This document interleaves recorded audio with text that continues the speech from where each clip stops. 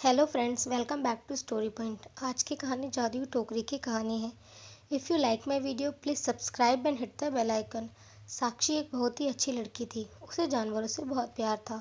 वह किसी भी जानवर को किसी भी तकलीफ में देखती तो उसकी मदद ज़रूर करती। साक्षी के घर में बहुत सारी टोकरियाँ थी। वह उन सभी टोकरियों को सजा कर रखती और उसके घर में उसके कुछ जानवर भी पाल रखे थे, जैसे कुत्ता, बिल्ली, खरगोश, तोता आदि। वो अपने सभी जानवरों को उन टोकरियों में रखती और उनके साथ खेलती। साक्षी के घर को सब छोटा चिड़ियाघर कहते थे। एक दिन साक्षी बाजार जा रही थी। रास्ते में उसे बिल्कुल छोटा सा कुत्ते का बच्चा दिखाई दिया, जिसकी आंखें अभी खुली भी नहीं थी। साक्षी जल्दी से जाकर उसे उठा लाती है और कहती है, यह कितना प्यारा है, लेकिन इसकी माँ कहीं दिखाई नहीं दे रही। वह उस बच्चे की माँ को बहुत ढूंढती है, लेकिन वह उसे नहीं मिलती। वह उसे अपने घर ले आती है, लेकिन उसके पास उसके लिए कोई भी टोकरी नहीं थी। वह उसके लिए बाज़ार में जाकर टोकरी देखती है, लेकिन उसे कोई भी टोकरी पसंद नहीं आती। वह मायूस हो जाती है और घर वापस आ रही होती है। तभी उसे मंदिर के बाहर एक सुंदर सी टोकरी दिखाई देती है। साक्षी, कितनी सुंदर टोकरी है, लेकिन इसे यहाँ कौन छोड़ गया? मैं पंडित जी से पूछती हूँ। साक्षी मंदिर के अंदर जाती है और पंडित जी से पूछती है, पंडित जी, क्या मैं ये टोकरी ले जाऊँ? पंडित जी बोलते हैं, हाँ बिटिया, वैसे भी यह टोकरी यहाँ पड़ी हुई है, पता नहीं कौन छोड़ गया।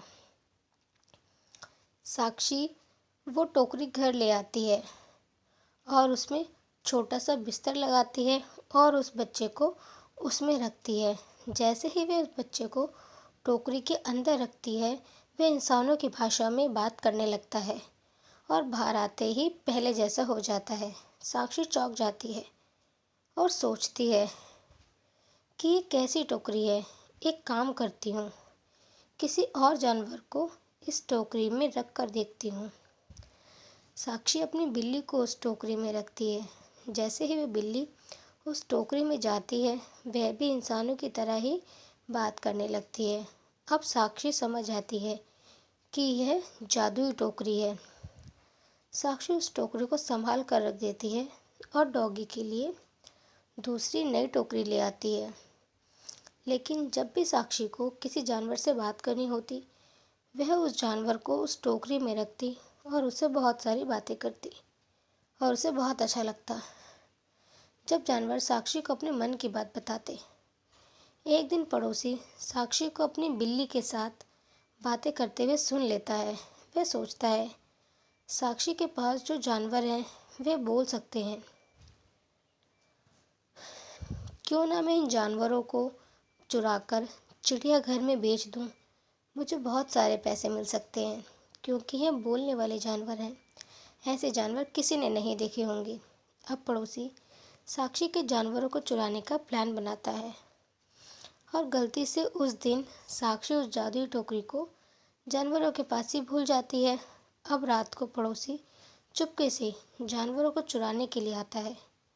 जैसे ही वह जानवरों को चुराने के लिए जाता है, सबसे पहले बिल्ली को हाथ लगाता है और वह बिल्ली ही बन जाता है और उसको देखकर सारे जानवर आवाज़ करने लगते हैं। साक्षी भाग कर वहाँ आती है।